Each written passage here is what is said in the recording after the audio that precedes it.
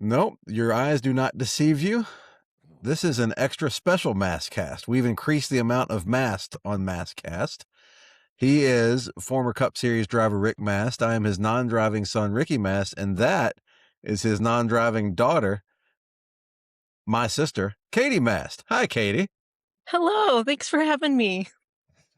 It was hard to book you, but you're a busy person. Yeah, very busy.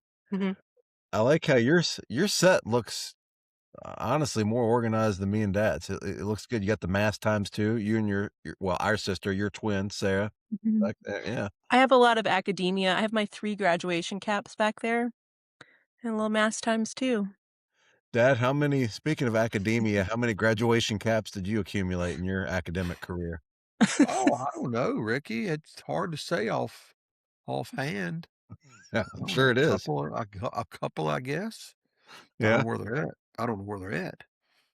Yeah, I think I accumulated a couple as well. I went to school for a whole bunch of years, and usually you Yeah, kind of end up like Kaitie and Sarah, and you end up with multiple caps. But I think I only got the 2. Doesn't matter how long you go. Just, that's right. they That's only okay, give it you all it what all you worked get. out. Yeah. Well, Kaitie is joining us this week because she went with Dad, with Rick here, to Darlington for NASCAR Alumni Weekend, and I was jealous seeing all the pictures and video and everything. I had a lot going on here in Atlanta. We're getting ready for Braves home opener or just the season opener this week, and got my little one Stevie, so I couldn't make it, but they went and they had an awesome time. And if you follow Masscast Show on the social medias, you got to see a little bit of what they were up to. So where do y'all want to start? I mean, would y'all get in like Friday night? And y'all were, Yeah. y'all are like busy. Like it seemed like to me the time you got up till your head hit the pillow at night. Yeah, actually, they had stuff for me to do during the weekend, and I think he had a couple things we could have done Friday, but Kaitie had to wait to get out of class, so we got down there about 11 or 12 o'clock, I guess. Is that about right, Kaitie? Yeah, about 11 or 12 o'clock.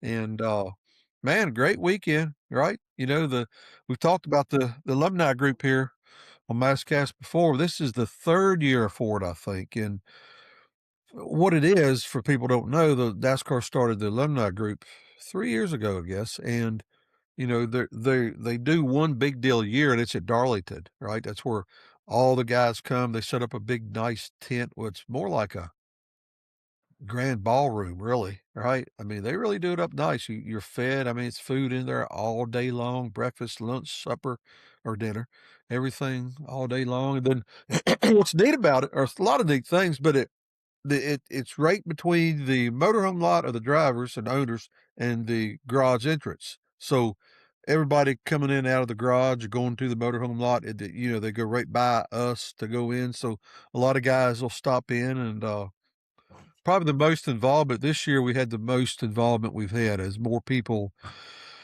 more my old peeps there, right, than we'd had. Each year it gets bigger and bigger. And then, of course, they do other things during the year also, but for us if we want to be a part of it. But this is their big annual event that they do for us. Yeah, it seemed like, again, just watching from afar, it seemed like I was seeing a whole lot more people showing up from all 3 national touring series, crew chiefs, a lot of different eras. I mean, it just looked really cool. So Kaitie, what did y'all do on Saturday? You got up, what did y'all get into first thing on Saturday? Yeah, when we checked in Friday night, I should have brought it. Dad's little welcome bag at his hotel actually had a really cool personalized postcard that said "Welcome to Alumni Weekend." It was a picture of him. What year was that picture? I'm not even sure. I Don't know. believe with is his black or the skull uniform's got gold on it, letters and gold. I Yeah. believe. Why I know this, I don't know, but I'm pretty sure that was 93 with the gold on the uniform. So I thought that was really cool because I thought that was just a cool little welcome, and then it turns out everybody had a picture like that in their welcome packet. So I thought that was cool. Oh, everybody didn't get Um a picture of me. Mm. Oh, so each driver I had his don't own individual well, picture. I Oh, saw Mike Wallace posted his, and his was a picture of himself, so I don't know. Maybe you and him got I each your own, really but I'll be honest, I really hope that everybody just got a picture of you. That would be I hope that's what happened. I hope that's what Yeah, happened. yeah, I Yeah. kinda doubt that. Um, Yeah. yeah, but I mean, Saturday, we got up and went over early, and as soon as we walked in the tent, I actually texted Ricky because I thought it was cool. There was a whole group of current drivers kinda waiting in the tent, which turned out they were going to the parade, but they were still there to kinda welcome all of y'all, I felt like, in a way. I thought we walked in and we saw, like, Suarez was talking to Dave Marcus, and, I mean, the group that I remember was there. It was McDowell, Suarez, Stenhouse, John Hunter Nemechek, Ryan Priest, who else, Dad? I don't know, Ricky or Katie, it's too many people. Anyways, I thought it was cool. I think it's an important note. Dad has been saying for years that there needed to be a bridge between before the alumni group, there needed to be a bridge between the current drivers and the old timers. And I thought even just that was a simple little stepping stone. Dad, thoughts? Yeah, well, yeah, I mean, I guess one of the cool it was funny, I was sitting there talking to Stenhouse, Ricky Stenhouse, and he was having a conversation with somebody, anyhow, we were talking, and he said, "Man," he said, "I'm gonna tell you, this is the coolest deal." He says, "I hope, he said, I just hope, and I know I will, when I retire, I wanna become a part of y'all's group, right? To be able to come and hang out and do this stuff." So, you know, 3 years ago, 2 years ago, or 2 or 3 years ago, it wasn't being noticed by, I don't think, by the Kurt guys, but, Stenhouse saying that was pretty cool. He was saying that he thought what this deal is cool, and he wants to be a part of it when he retires. I'm like, "Come on, go for it, buddy. Go for it." And That's I a thought big the statement. best oh, Oh, sorry. go ahead, Katie. I was just gonna say, I thought the best quote of the weekend, and I texted it to Ricky as well, and I wrote it down here so I wouldn't mess it up, was, Dad was talking to Richard Petty about it and how cool the group was and seeing everybody and all the different generations there, and Richard Petty, and talking about the current drivers, said, "Everybody here had something to do with you being here," talking about the current drivers, and I thought that was really cool when I heard that. Yeah, he said he did his old long finger. His fingers are this long, right? And he said, some people had this much to do with it, and some people had this much to do with it. But everybody in this room had something to do with growing the sport, and everybody deserves to be here and be a part of this. So that was pretty cool. That's what we're talking about, right, Katie? That conversation? Yeah. Mhm, yeah, and a messenger also just brought me the card that was Ah, in there it your is. welcome packet. Nice. So Here it everybody Yeah. didn't is. get. I thought everybody got that card. I'd be darned. Okay. I Uh, mean, it's a pretty cool picture. It'd be alright if everybody yeah. got that Yeah. car. And that is Yeah. '93, by the way. I'm pretty All right. sure you wore that black and gold in '93, yeah. The old open Yep. face helmet and everything.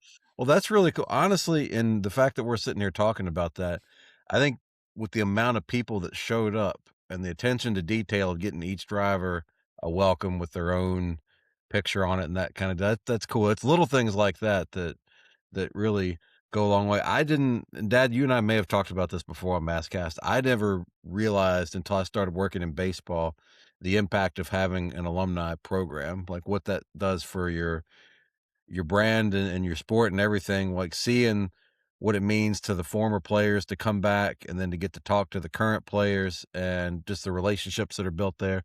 It's just such a cool deal, and I'm so thrilled that NASCAR is doing that now and that y'all got to experience that. And I hope hopefully next year I can actually make it up there for it.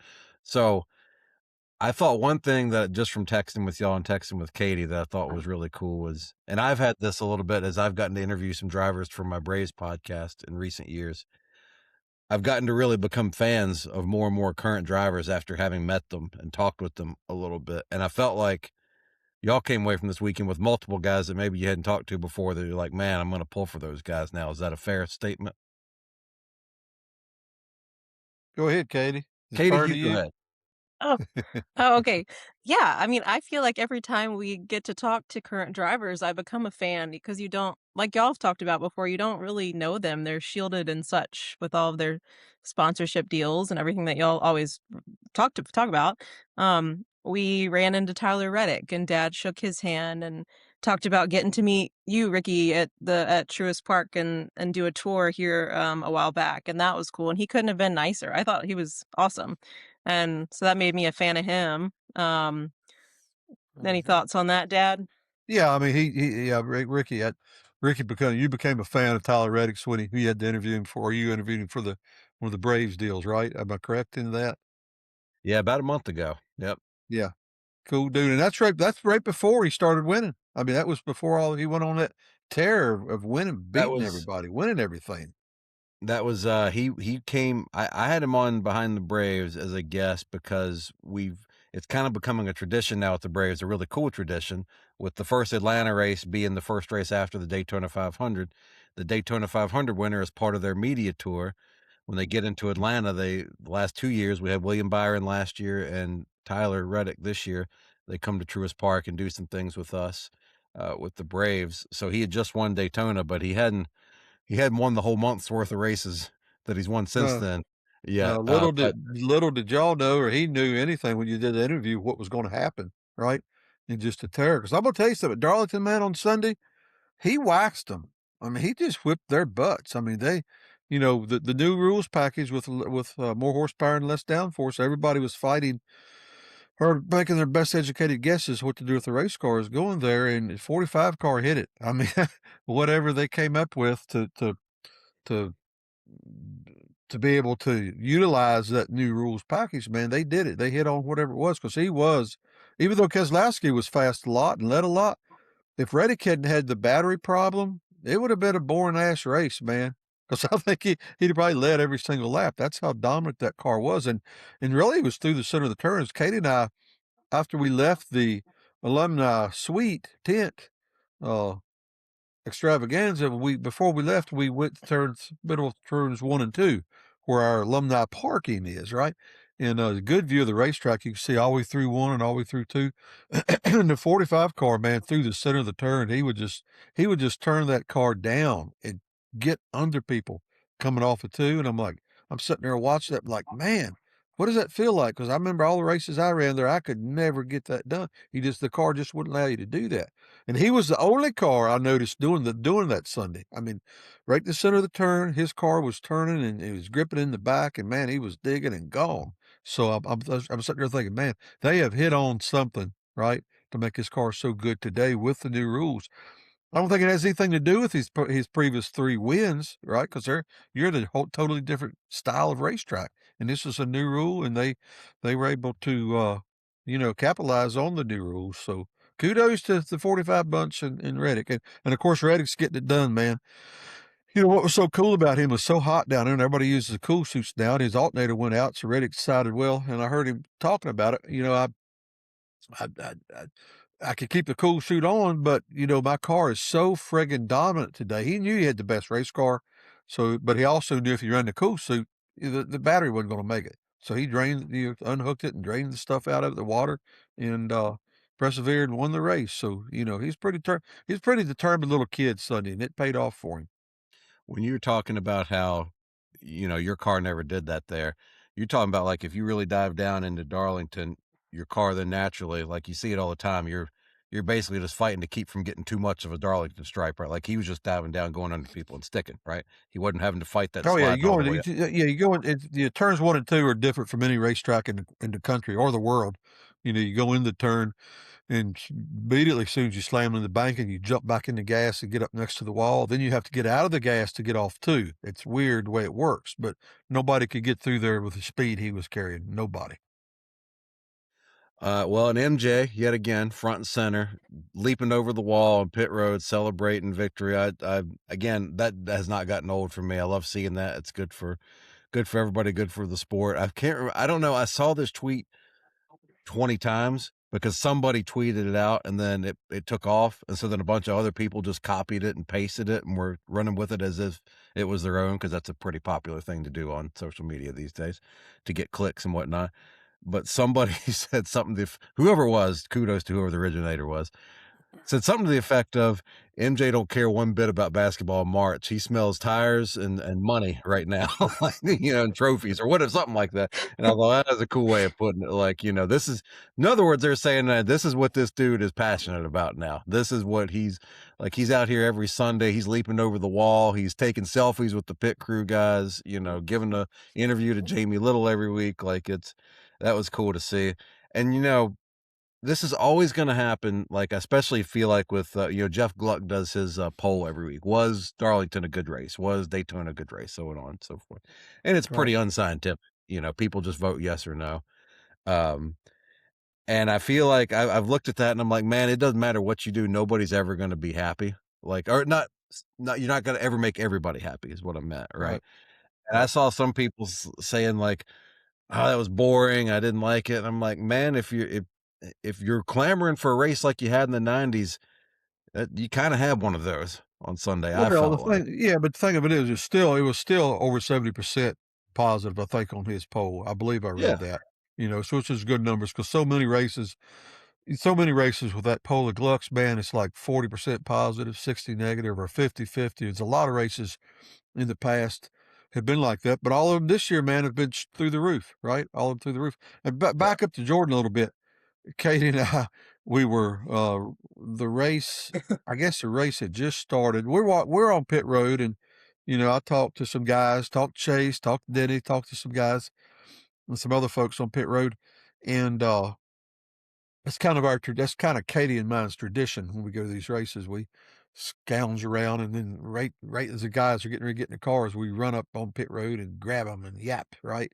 But anyhow, so they're all getting in we. their cars. I guess they start the race, Kaitie, and I guess they start the race.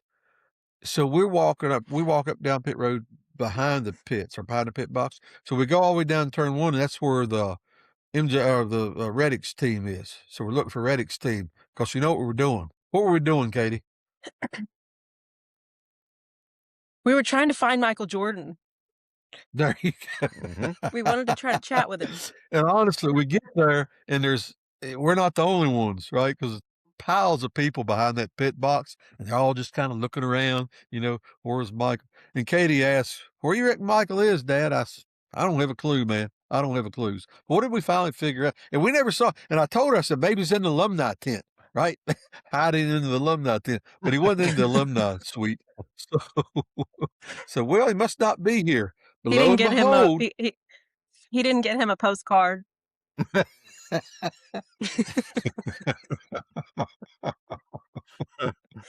so what did we decide? What did we decide, Kaitie? We didn't see him nowhere. Did we decide he wasn't there or he was hiding somewhere? I don't know, I'm convinced he teleports in when his driver wins because he's hidden until right towards the end.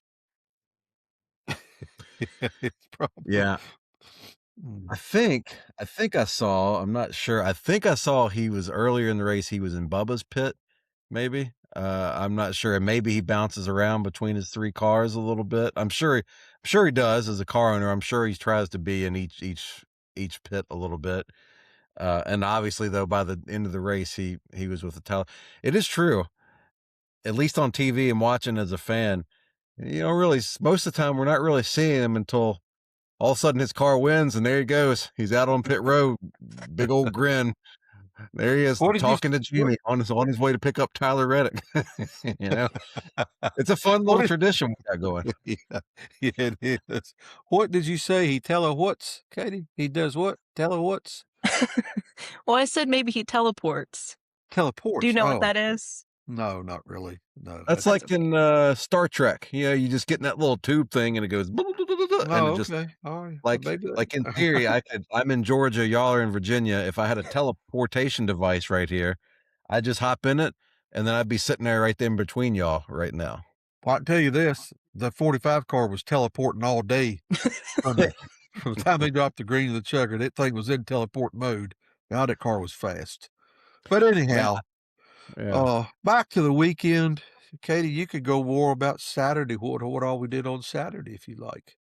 I spent most of the afternoon watching Dad host, the Q&A panel for all the alumni drivers, which was fun.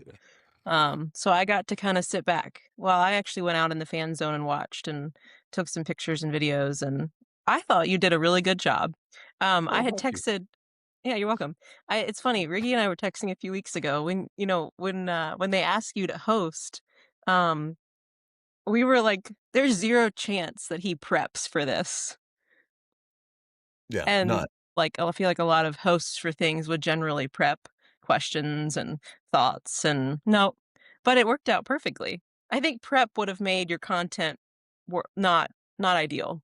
I think Amber too, I was talking with Amber about it, and she said it was so good getting you to host because you're able to talk to them in a different way than an MC can, because you have personal relationships with all of them. So I think you brought out funny stories and interesting stories and, being out with the fans, I was able to hear a lot of them were laughing and such. So it was good. And I even had somebody came up to me, I took a picture of it and brought an old program from a race in the 90s, and it was a Rick Mast facts sheet with a picture of you in 5th grade and a picture of you with your car at Natural Bridge. And she just said, "I thought you'd want to see this of your daddy."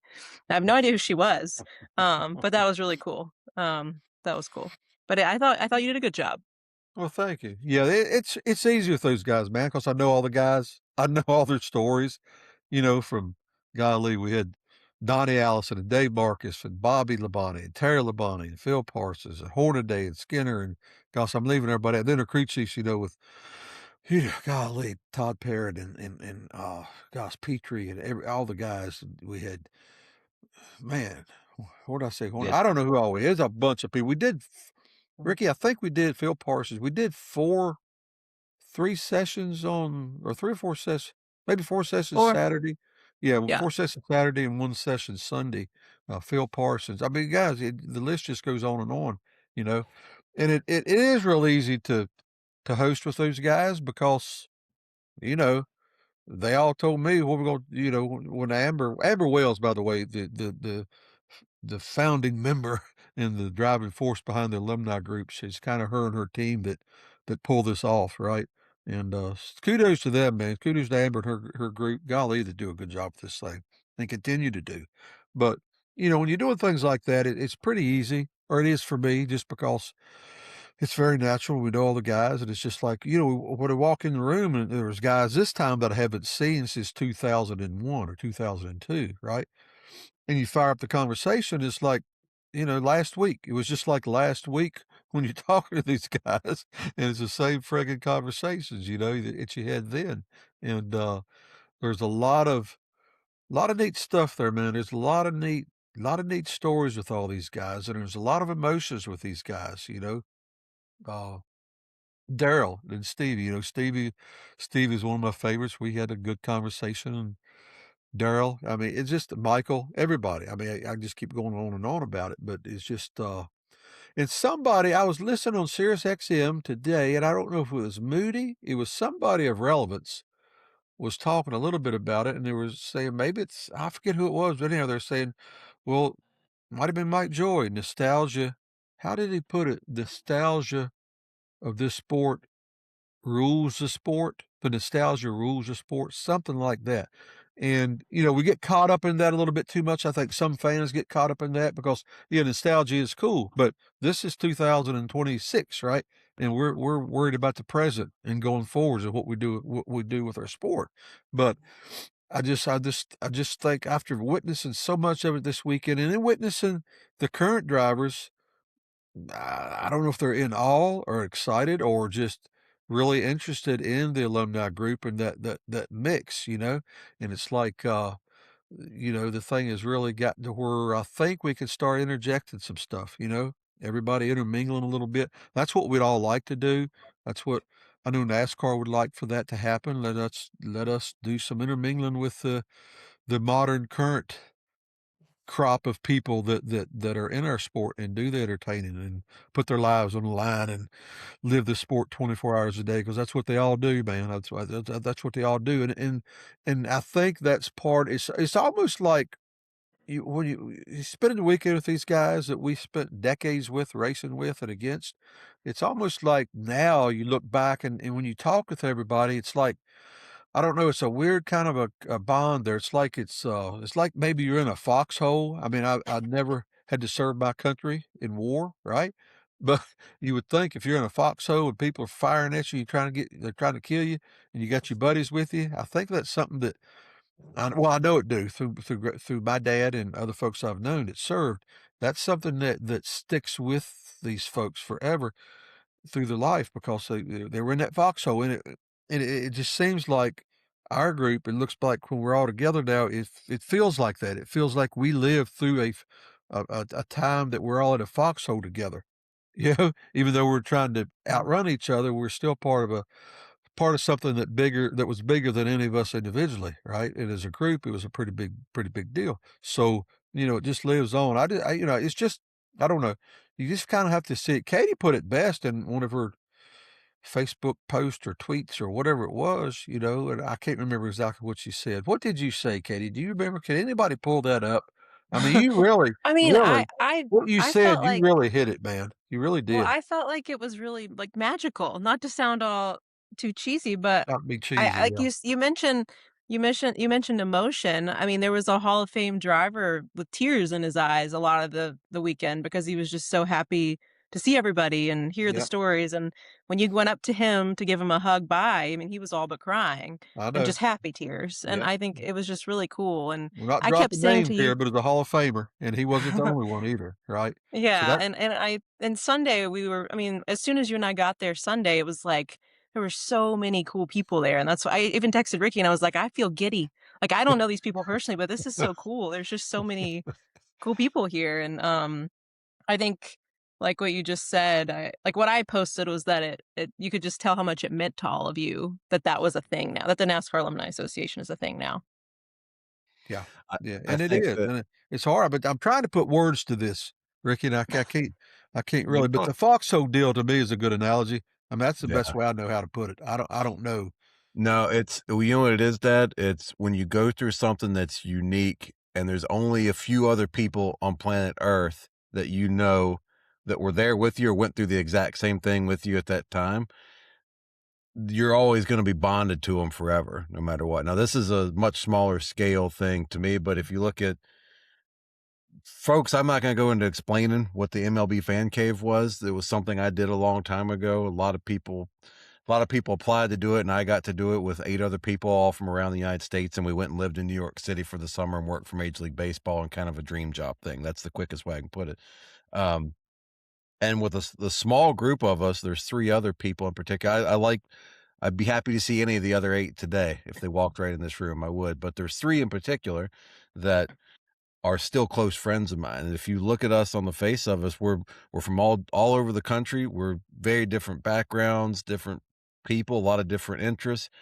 But the 4 of us we consider ourselves family for life because nobody else knows what that crazy year was like for us. It was not foxhole, but it was like so. There's no other way you could explain it to anybody. You just had to like live through this life changing experience, and I think that's what it is, Dad. You go through something that only a few other people. There's only a select amount of people that really know what it was like, and they were Yeah, right there with you in it. And it don't matter if you don't see each other for 25 years. It don't matter where you go in life after that time in your lives is over. When you see each other, you're right back in it. And I imagine for you guys, especially if you competed against each other, even if it was somebody you didn't like back then, it's probably still good to see them now. Years later, it's like you probably brings a smile to your face thinking about. I won't name drop anybody there either, but it's probably you're probably even happy to see those people. yeah, it was. I mean, heck, I got along with all of them. And the ones I didn't like that much, I like them fine now, right? And most everybody I liked anyhow. Uh, didn't get chastised, didn't get called out much on one of our Q&A sessions. Sykes hit me up about wrecking him one time at going in turn one at Rockingham, and Did you? I don't know. I thought he wrecked me. I was leading the race. He was lap down. I Okay. don't know. Goodness. It cost me some time, cost me a little damage, but we've got it fixed and got back in the lead. And I'd forgotten all about that till he brought it up. It's funny how people remember that stuff, right? It's kind of like Donnie Allison. A funny story with Donnie Allison, man. I learned this a while back at an autograph session 10 years ago with Harry Gant, and Donnie was there. And Harry said, "Watch this, Rick." And he looked at Donnie. He says, "Donnie, if you if you hadn't run Kale down in the dirt down at Daytona, it wrecked him." He said, "You might have won the race. You ended up wrecking both of you." Well, Donnie takes this serious, right? I mean, Harry's sitting there giggling and laughing. So we get up on the quick Q&A thing, right? And I get up there and I said, "Donnie," I said, the story goes, if you hadn't run Kale down in the dirt down at Daytona, you wouldn't have had that big wreck, and you might could have won the race." But I'd already gotten on Dottie once in front of some other people, so I guess he's ready for it. He says, "All I'm going to say is the rear bumper of my car wrecked the guy behind me. That's all I'm going to say about it, right? But just stuff like that all weekend long, man. I can hear Harry laughing now as he knows Yeah. he's stirring it up. Oh yeah, Harry's a good stirrer. People don't know that about Harry. And I'm gonna tell you something else. Something else I noticed. Harry Gant and Richard Petty. I heard more comments from people. They like, what in the hell kind of what do they do? What kind of pill do they take? I mean, Richard's 88, almost 89, and Harry's what, 87 or 6 or whatever. And I'm telling you, Richard could pass for 70. Harry Gant could pass for early 60s. That's no joke. You agree with that, Kaitie? Yeah, for sure, for sure. Yeah, I mean, I don't, and that's the one thing I noticed a lot of people picked up on is how in the world does Harry Gant and Richard Petty stay looking so young, right? And I don't, and they both claim they don't use hair color. To me, so I accused both of them of lying, and they swore up to me it wasn't lying that they didn't use hair color. So I'm like, well, whatever. All my hair Another was falling out. Theirs ain't even turning white. But you said that's because there's just the brain is expanding so much. Well, it does. That's the reason I've lost my follicles, right? I know that's what it's about. So, Um, uh, another cool thing Sorry. Go ahead, Katie. the My, cues. my making fun of me, follicles. folks. This is what happens. This is what happens when Uh, my kids get around me. They start making fun of me. Anyways, what I We wanted gotta to make say, a note of follicles. All right, we gotta write that one down, Kate. Follicles. that's part of Yeah. the Rictionary. Yeah, that's Um, right. Another like I going back to what you were just saying, I went up to Amber to thank her for letting me come because I mean I'm just a tag along, whatever. And I was talking to her and she was saying how part of it is she wants drivers to feel comfortable bringing in this space and like somebody like you, she said, like could talk to a wall and be fine. Like you're very you chat with everybody and know everybody, and others aren't that way. And she said, but more than anything, she wanted former drivers, owners, et cetera, to be able to kind of show off to their families what they devoted their lives to. Like Ricky's childhood in racing was different than mine because you retired when Sarah and I were 7, and so I love getting to go back and see it now. I didn't really get it. My perspective of the racetrack when you were there was who had the best playground and MRO Sundays and different things than what Ricky's perspective was. And so I thought it was cool that Amber said a big part of this is letting alumni show off what they got to do and what they devoted their lives to. So I thought that was an important note. I don't know if I told you that we talked about that, but I thought it was cool. No, you didn't. No, it was pretty cool. I'll tell you a quick story. Mastcast land. A few years ago, we went to Richmond, and I told this story down there to somebody. We went to Richmond. Kaitie was with me. Standing there, somebody taps on the shoulders, Jeff, and Jeff Gordon, right? I said, hey, Rick, and we talked for a little bit. I said, you remember this is my daughter, one of my twins, Kaitie. He looked at us and said, oh, Lord, Lord, Lord, y'all have grown up. He said, I remember you girls. I remember y'all being naked up in front of the motorhome lot, in front of the motorhome all the time. So again, my perspective growing up in racing was different than Ricky's. Yeah. When I was coming along, we didn't have it was only at the end of Dad's career that there was a motorhome. There were no motorhomes for me. And to my knowledge, my clothes were always on at the racetrack. But when you and your sister were very little, y'all went through a phase where it was hard to when I was at the racetrack, I was helping babysit. And it was hard to Yeah. keep y'all close. Yeah. Yeah. Well, I'm glad we grew out of that. And yeah, that makes 3 of us on this call. Oh, Um, Lordy, I Lordy. love that Amber said that, Kaitie. I love that so much. I last year with the Braves, I got a couple years ago, I got to know a guy named Chuck Goggin. He played for the Braves briefly in the 70s. And he was the more I got to learn about him, he didn't get to play in the major leagues long. Part of the reason was his career got interrupted. He went over and served in Vietnam and literally got blown up a couple of times and came back as a hero with a bunch of medals. And even though he had all these injuries, he made it back, made it to the big leagues, got to play a little bit. But then, shortly thereafter, his career was over and he went on and lived and did a lot of other things in his life. And still in good health. He's 80, 81 now. But I ended up getting to know him. I had him on my Braves podcast and ended up getting him set up for him to come back. And we honored him one night at Truist Park. And I've gotten to do a whole lot of cool things in my career in baseball in the last decade. Seeing a packed ballpark applaud this man and salute him for his service was pretty much up there at the top. And I'll tell you why. The coolest thing was he's 80. When he retired, I think he maybe had one son. I'm not even sure he had his first son yet.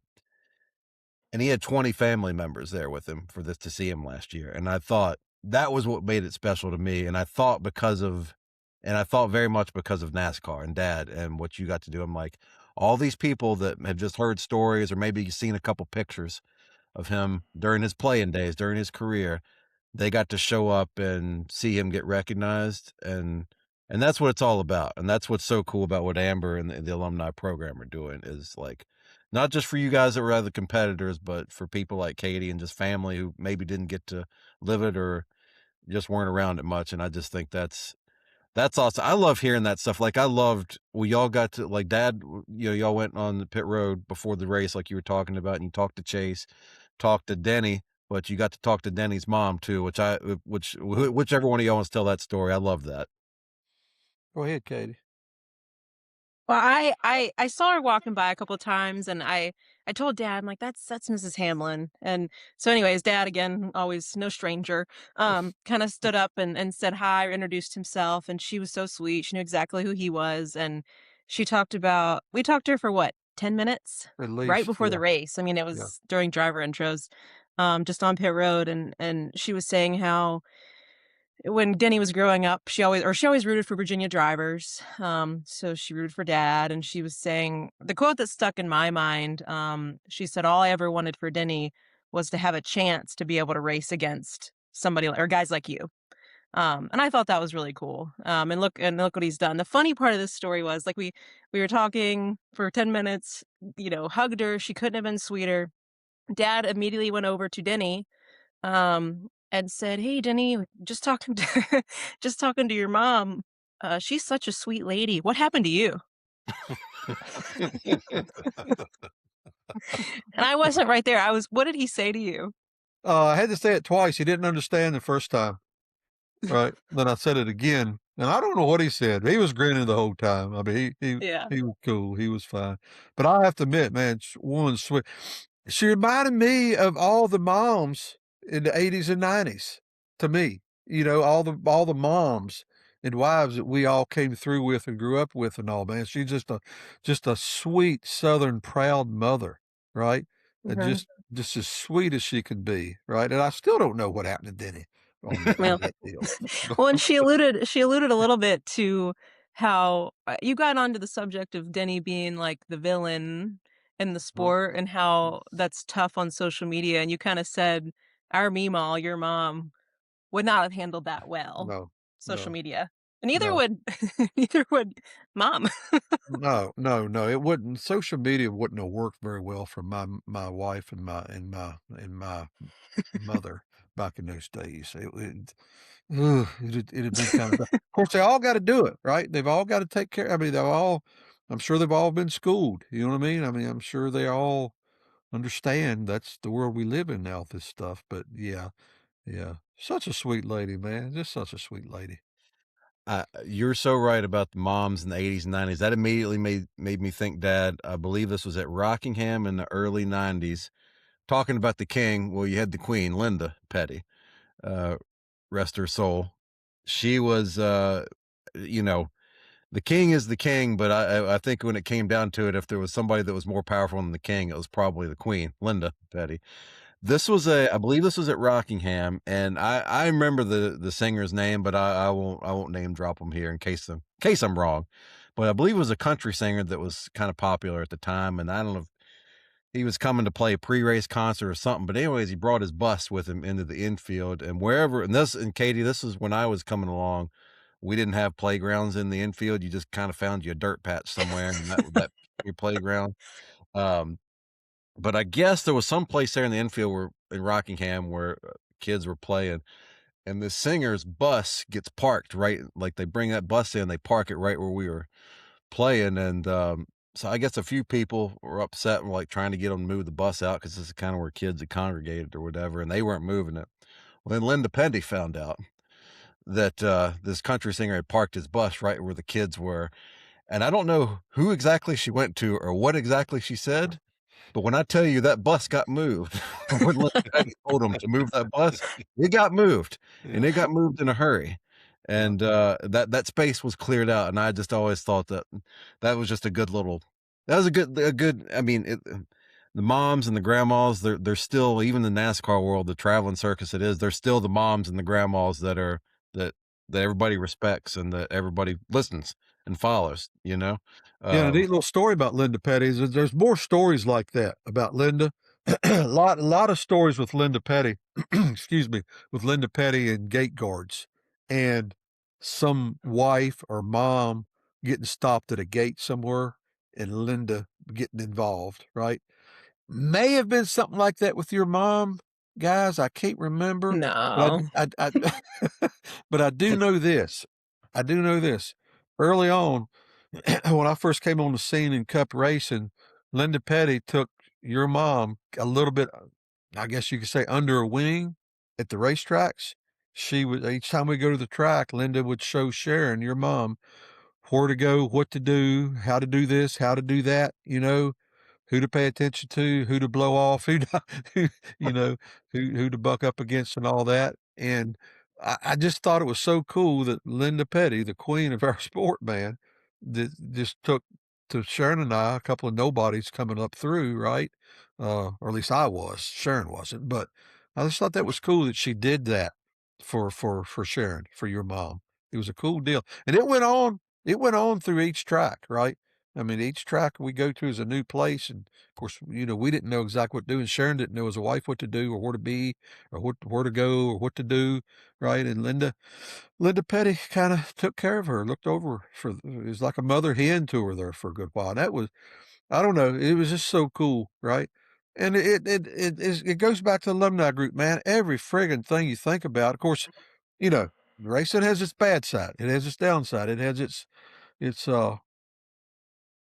negatives, right? For a racing family that the world doesn't get to see or doesn't really need to see. It's a lot of stuff that's not good that goes on that you have to deal with in racing. But the good stuff that everybody sees, man, it is cool. And it's just stories like Linda Pett, Kyle being there in Rich all weekend and just thinking back about that. And everybody has stories like that. Everybody in this group of ours has stories about Linda Petty or you know what I mean, or Ned Jarrett or whatever. It's just so interconnected and intertwined.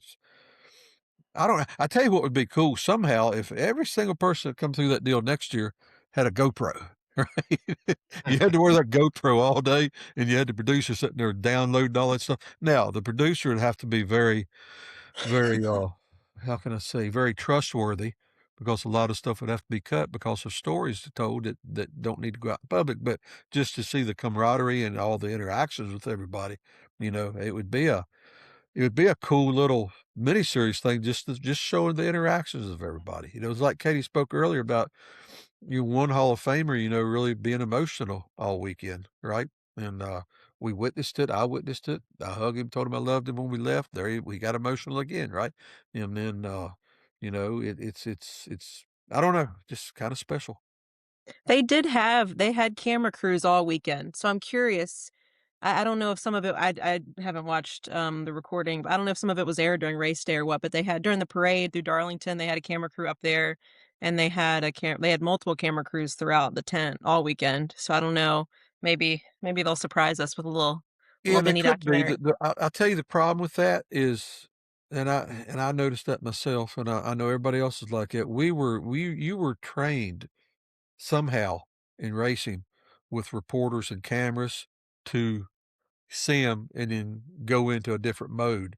Like, Yeah. and I noticed that a lot of times, Kay, we'll be talking, having conversations, and here come that mic above us, listening, and me, and I look at everybody else, we'd immediately change gears and get, okay, we got to protect everything or protect ourselves, right?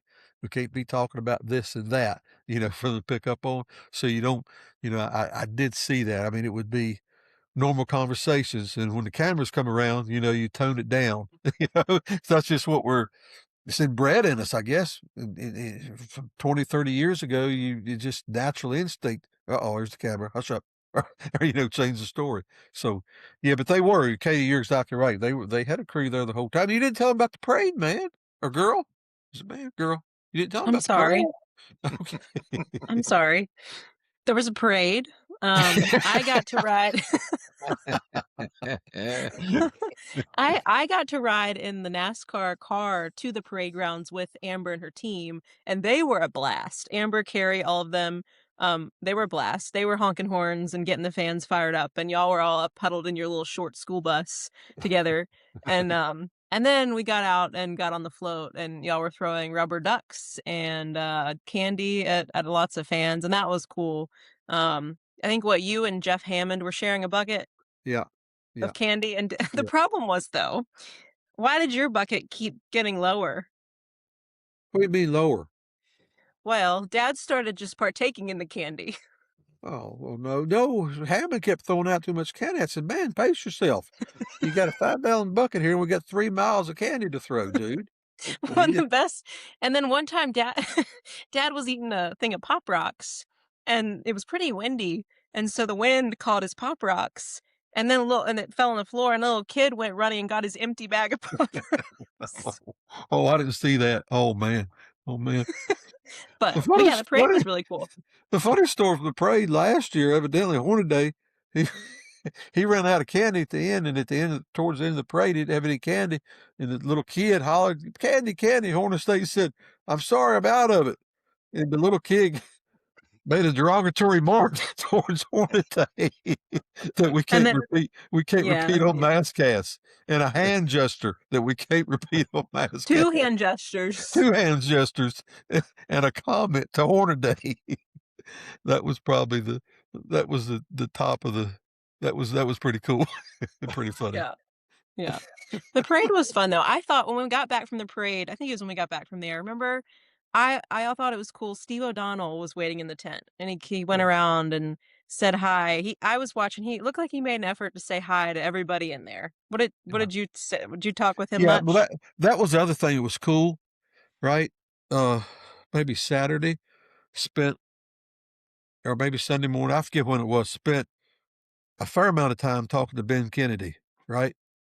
We know who Ben Kennedy is. He's I guess he's Listen, and Francis' son, right? And everybody knows Ben. Ben, I would assume, is next in line to take this thing over as time goes. And good guy, by the way, neat guy. He's raced a lot, he's run some tracks and stuff, so he's been prepared for that. But spent a lot of time with him, and he was genuinely interested in what we were talking about, right? And I was just talking about the state of the sport, and you know maybe our missteps and our steps we need to do right, and all in these. When you talk to folks in charge of things, and Steve O'Donnell the same way, they get to spend as much time with Steve, but just because of the time and not because of him, but was able to speak with him a little bit. But what you find out when you talk to people of I shouldn't say of importance, but people that have larger roles in companies and corporations and stuff, because I was involved in that for a couple of decades, have to deal with CEOs, COOs, CFOs, right? And what you learn, there's good ones and there's bad ones and there's ones that don't care.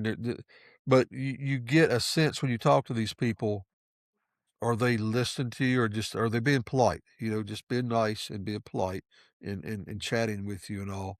Uh, that wasn't the case with Steve O'Donnell or Ben Kennedy. They weren't being nice. They were genuinely interested in my point of view, kind of like Mark did a lot in Ernie Irvan. He was doing it as quite a few of us were expressing our thoughts about the state of our sport, right? And where we're at. And, all of us agree we want it to succeed. Everybody wants to succeed. And we want Ricky Stenhouse 10 years or 20 years from now going to the alumni tent, right? And doing what he just said he'd like to do in the future. So to do that, we have to preserve the sport. We have to grow it and make it great and make it good. And it is great and good in my perspective. But for those guys to listen It really take an interest in what you're saying, and you know, it's not always been that way. You know, it's not. It just hasn't. I mean, you could go, you. It was an open door. Anytime you wanted to go, you could call them. You could talk to them, right?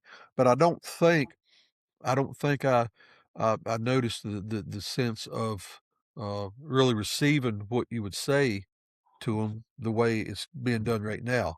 And I watched that for a lot of guys. They talk, those guys, Donald and Kennedy, they talk to a lot of people, a lot of the alumni group. You could see them around there talk, and it's serious conversations. Each one of them was when I got my turn, you know, kind of laid out there what I thought, and they were like, you know, yeah, you know, the biggest thing I got from Ben, well, how do we do this, Rick? What I told him needed to happen, I thought needed to happen, right? He says, "Yeah, I hear you. I understand. I think you're 100% right, but how do we do that?" Right? I'm like, "Man, I'm not sure." So if you figure it out, please call me. You know. So, but what I like, my point of that whole story is they're you know they're listening. You know, they're real big interest in what everybody thinks. And again, that wasn't normal for a long time. Well, a couple things on all of that. Did you see where Ben watched the race from? Did you see where he tweeted?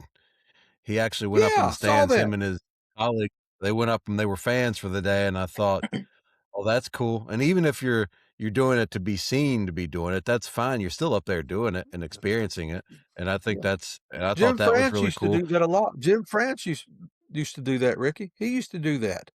Years and years ago, I Jim didn't know France that. was put his ball cap on, sit in the stands, nobody knew it. But anyhow, go ahead.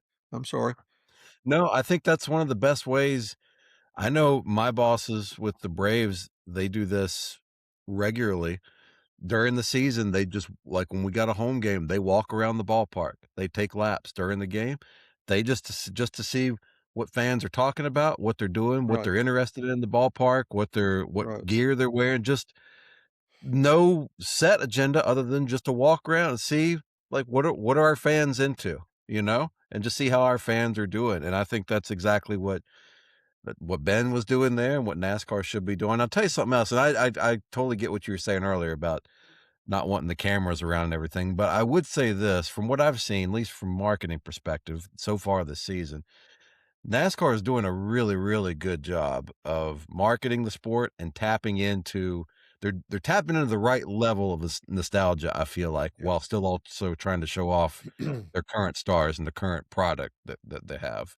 Right. And there's just little things I'll see. Some things are pretty in your face, but little things too. So whatever comes of everything they captured of y'all in the alumni tent, I feel like from what I've seen so far, they'll use it in the right way, however they use it moving forward. But we'll see.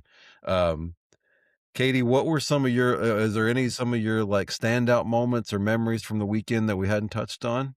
Oh, how was talking to so, I mean, my daughter's named Stevie, and after there's a few Stevies I'm aware of in the world, but only a couple that are women, and when we decided we were naming my daughter Stevie Waltrip was one of the people I thought of, so how was it talking with Stevie Waltrip?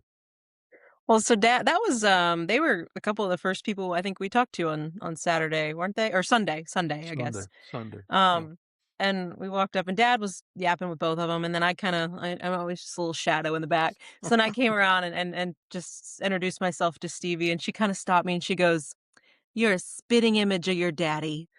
And except apparently I got more follicles. Um, but no, she was so sweet and so kind, and then before we left, I wanted to make sure that we told her that dad now had a granddaughter named Stevie, that your daughter's named Stevie, and so I told her that right as we were hugging them saying bye, and she just goes, "Well, it's the best name." So It she is. was Yeah. cool. She was Yeah, really Stevie's sweet. sweet. Stevie's sweet, man. I told her I got a picture hanging up. I'm looking for it now. We're at Pocono somewhere, and Daryl's sitting in the car. I'm getting my car. Stevie's there, and I did something. I don't know what it was, but Stevie's throwing a cup of Coke on me or water, dumping it on me. So I don't know what that was about. I love that picture. I don't have it in front of me, but it's ingrained in my mind because it's one of my favorites. And Daryl's all like, he's already getting, like you said, he's in his car, getting buckled in. He's got the serious face on, looking down, like that, all serious. And there you are, just cackling like this. Amy Waltrip is throwing a drink on you for whatever you did. And I love that's a great picture. I love that. Kaitie, what were some other like what else stood out for you? I mean, I think me personally, we touched on most of them. I got to spend a lot of time talking to people, like some of the wives, like Kim Labani and Kim Irvin, and then I talked to Matt Martin and different folks that were also the tag-alongs, I think, for the weekend. So that was fun. Um, and then, I mean, yeah, I think it was cool.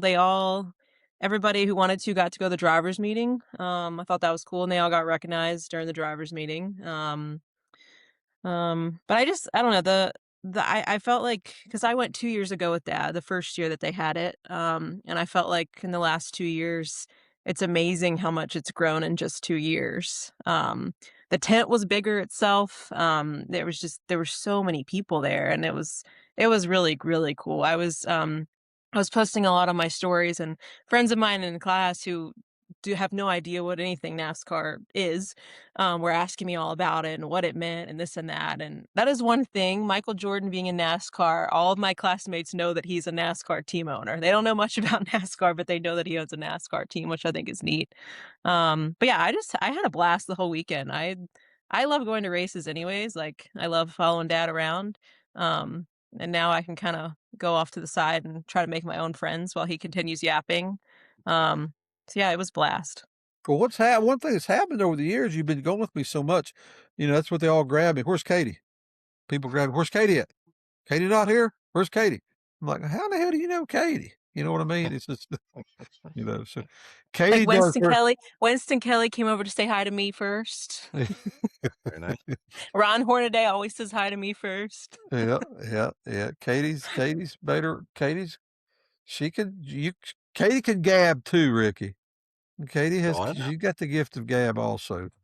Y'all fuss about me all the time. Well, both of y'all got it. Both of y'all can do that crap.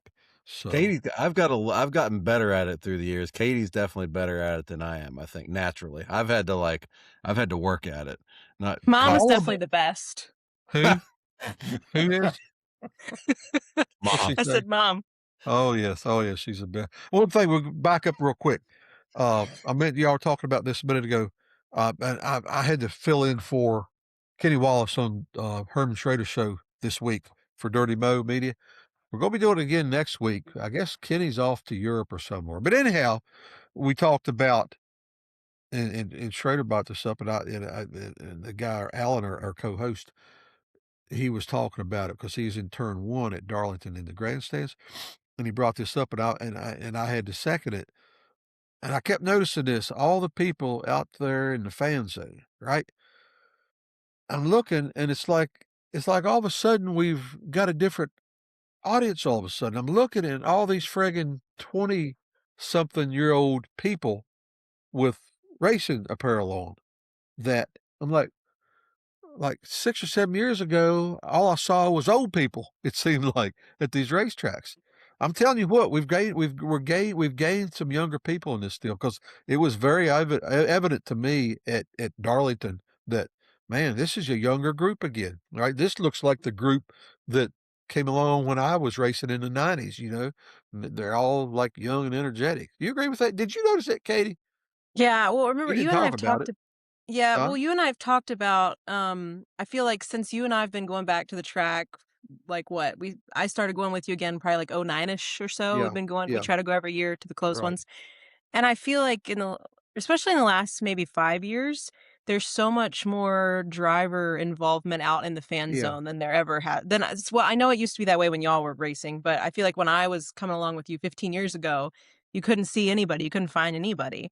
And yeah, now, I mean, this year I noticed on Saturday and Sunday, there's drivers doing appearances all day long, which I believe is how y'all used to do it. it is. And I mean, Ricky Stenhouse was doing an hour-long Lego building contest in the kids zone, and Gragson was in there. And then all of the drivers had their autograph sessions going on Saturday and Sunday. And I remember we've talked about, I feel like that has changed a lot in the last like 5 years, and they've gone back to having a lot more of that than they used to.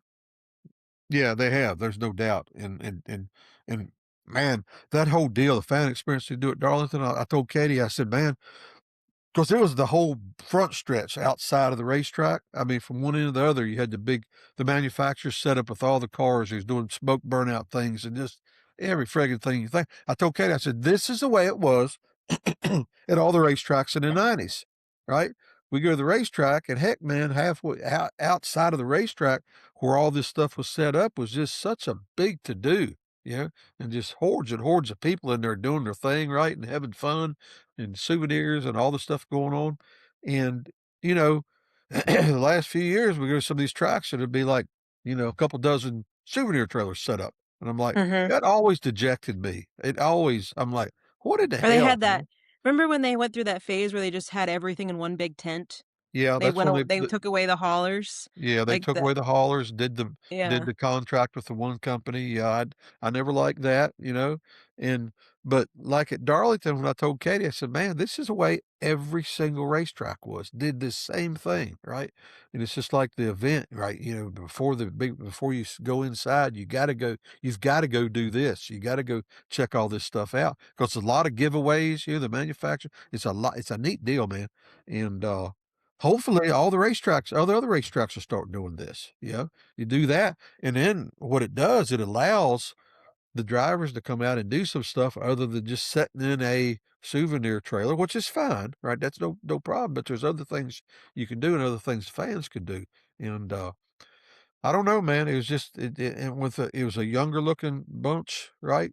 Walking around, and the enthusiasm was good. The race itself was extraordinarily good, right?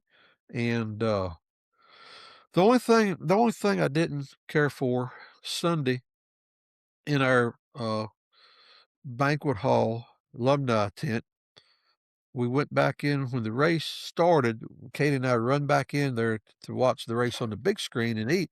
Well, they had, what all they have, Katie? They had wings, and they had these big They old had meatballs. Meatball, sliders, they had huh? meatballs, they had, like, Yeah, barbecue sliders, meatballs, yeah, salad, all kinds of yeah, sweets, right. and a hot So, dog station. and the hot dog station, of course. So anyhow, I finished eating all that, and I'm sitting there maybe 5 or 10 minutes. I'm like, I'm gonna get me some more wings, a little more barbecue. I go back up there. They took all that out and replaced it with nachos and nacho sauce and all this other stuff that I didn't really care for, and I'm like, "Man," but they still had the hot dogs there, so we were okay, we were okay.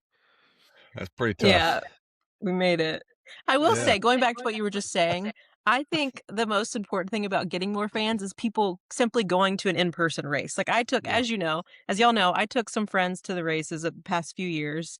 People had never once even watched a single lap, and they went and they couldn't believe everything that goes into it and how fast and loud and smells and everything. And they started watching it some. And so, yeah, I mean, I'm with you with and like my class, I always tell them I always tell my friends, like, "You just have to go to one, you just have to watch one, it's different than TV." yeah, That's what when Tyler Reddick, when I interviewed him a month ago on the Braves podcast, he and I were comparing baseball and NASCAR, and he was talking about baseball, and he was talking about how he's gotten more into it. His wife's late father was a MLB player back in the day, yeah, and so he's learned more about it through her and how he's gotten into it. And he was talking about how, like, he tells people, like, you know, go into a baseball game, like, that's the best way to get into it. I'm right, paraphrasing a little bit, but he's right, like, going. I said, well, it's funny you say that. I was like, that the same sales pitch we're giving for baseball here is the same one I give for NASCAR. Go to a race. That's the best thing you do is just go. And the more that you have that atmosphere that you're talking about there, Dad, because you're right. In the 90s, when you were in it, it didn't matter where we were. And this is especially pre-motorhome days, when we're staying at a hotel somewhere in whatever the nearest town was. We drive to the racetrack, and every week, no matter what part of the country you're in, you felt like you were going to Woodstock because the stuff would start like miles away. yeah, Stuff yeah, meaning like you had the bootleg souvenir tents, right, and you had right, people selling parking in their yards and beer and whatever else. And then the closer you got, the more crazy and the more that stuff it would build up and get more and more and more until you got to the real deal. So it was like you were going to a race, but you're going to like a all day event, and there's all this yeah, stuff you want to do and experience beforehand. And so if you're starting to capture that again, that's part of it. You get people because the race itself, once if you get somebody there and they see the race, they're gonna love it. That when I took my wife Laura to her first race here in Atlanta in 2021. So this is still we were kind of had some of the COVID restrictions. So there wasn't a whole lot of the stuff outside, but that wasn't because of any other reason other than, you know, we still had all the COVID stuff going on. But they take the green flag, and we're sitting not too far past the flag stand, and they come around at full speed for the first lap, and they go, they come by that roar. She experiences that roar for the first time, and I'll never forget it. She looks at me, eyes like about to pop out of her head with a giant grin, and she goes, "Holy shit!" like That's what my friends did too. with this Exactly. just a huge grin, like, she was like, "Oh my god," and now she watches with me every week. She's in our NASCAR Fantasy League, and she cares. Like, she thinks about, like, her lineup she's picking every Oh, week. yeah. Oh, She she's sits there serious. during the race, and she's checking, like, if, like, this week, I forget I can't remember who it was she picked, but somebody that got into some trouble relatively early, and she was sitting there cussing and mad because she's like, "I knew I shouldn't have picked it." But the point is, she is in, right? And it all started with just bringing her to a race and letting her experience that part of it, Yeah. and I've heard that from so many people over the years. So Well, many it people. happened with Kaitie. I mean, Katie's she did a medical residency deal in what, Vail, Colorado the last 4 years, and those people, a lot of her cohorts, I mean, they I don't know, did they even know what the word NASCAR was, right? So or what? But man, Kaitie took them, and they're like hooked, hooked. Now I will say some of her or lady friends from that she took seemed to have an attraction, or they really seemed to like maybe the pit crews stood out to them more than the drivers did. Am I right in saying that, Kaitie? My friends did feel that way, yeah. You No, know? but I think no, but actually, going back to earlier when you ask about, do we get to talk to any current drivers? I think when you actually talk to these people, they're so cool, all of them. Yeah, Like, yeah. what's the one, Dad, who was one of my favorites that we saw that is one of the best of all time that you'd never know how cool he is? Chase How Elliott? nice No, well, how nice he is. I don't know. Yeah. Jimmy. Oh, Jimmy Johnson. Oh, yeah. Oh, yeah. Like, he's Yeah, just every time we talk to him, he's so nice and cool, and he does all this cool stuff in his own life, and you just never really knew that about him other than he was really good and won a lot, but I don't know. All these people I said that to you yesterday or Sunday driving back, I think. Like, when you talk to them, they're all really nice, cool people. Everybody that you've talked that I shouldn't say I've talked to, I've watched you talk to, they're cool. yeah. I wish more people could see that. So we had a conversation with Kyle Busch. He's cool and nice, right? So, we can dispel Kyle's deal if people don't like him. He's a cool guy, good guy.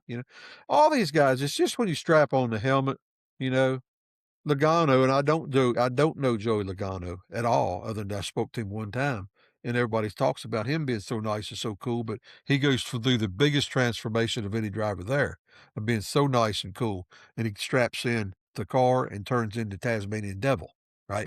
That's what everybody in the garage says about him, and, but, it is what it is. It is what it is. Well, this has been fun, and Katie, I think you should be a recurring co-host on Masscast when you have time. Mhm. Thank Um, you. you're as diehard of NASCAR as any of the rest of us, Mass. Probably more so than a lot of us, to be honest with you. Yeah, she Uh, drugged me to these races years ago. I didn't feel like going, man, right? And Katie wanna go, so I'd like, "Okay," and I dread it. I didn't look forward to it. I would dread going. I didn't wanna drive, I didn't wanna get up. Yeah, I don't wanna do this, that. We get to the track, right? Katie would drag my butt to the track, and we'd get to the track, and as soon as I get in there and I get one good hot dog in me, man, I'm like in my mother's womb, right? This is cool. This is where I should be. And, so then it would be all exciting and good, right? Then we'd leave and come home, and then Katie would hit me about the next race. I don't wanna go. I don't wanna get there, and I'm in happy land again. So, I thank Katie for dragging me to these deals, man. she Well, you're got you back welcome. into it. You like going. You look forward to going again. Me? Yeah, Oh, yeah, yeah, it's cool now. We got hard cards that makes it easy. It was hard not having a hard card. It was hard, and yeah. that's the thing of everybody, all the guys that I talked to, that was the big deal for everybody, man. And a lot of them said they had told NASCAR this, "Get these guys hard cards," you know? We know what to do. We know not how to not abuse them. You don't abuse that stuff. We're all part of that sport the same, so you know what you're supposed to do and not do. So, but all the guys did agree that that was a very integral, important part to this deal, right? So, Because for years, I would call Mike Helton. Mike would always get my pass and get me in and all that, but you had a VIP pass, right? Or a hot pass in those days. And they didn't get you everywhere the hard card would get. I remember being at Richmond or somewhere one day, and I was sitting on pit road. I seen somebody there. I wanted to go talk to, and I went to go there, and they stopped me, right? Security guards, because I didn't have hard card. And I'm like, shit, you know. And and honestly, you feel a little bit deflated. And other guys went through the same thing. And talking to these guys, a lot of the other guys had the same thing happen to them. So, you know, it's just a deal, man. You're part of something for 30 years, and the alumni group, as I told everybody, man, when you leave the sport, in our deal, when you leave the sport, when you walk out that gate the last time, you're pretty much 100% isolated, unless you stay involved with a team or with the media somehow, like Michael and some of them have done. And but everybody else, you're totally isolated. And this deal here bridges that. It bridges that gap of being isolated, which should never have happened, you know. But, you know, thank goodness for Jim France and those guys and Amber coming up with this and making it happen for everybody. Well, I was already jealous, but now after having talked to y'all for over an hour, listened to y'all for an hour, I'm extremely jealous. So I'm going to make it my mission to go next year. I'm going to recruit a babysitter, and I'm going to go with you next year. I gotta go. All Gotta right. go. Well, Kaitie, thank you for taking time. I was gonna say taking time out of your busy schedule, and that's actually true. You're quite busy these days. You're actually taking this interview this show from your study, from PA for PA school right now. So thank you Yeah. for the time. No, it was good to take a break from endocrinology to talk a little racing with my peeps. I, I can't make fun of Dad like trying to say, because I'm getting ready to say the word and I can't. Endocrinol. What is it now? Follicle. Endocrinology. Is it the study of follicles? Sure. Yeah. Just go with that. Okay.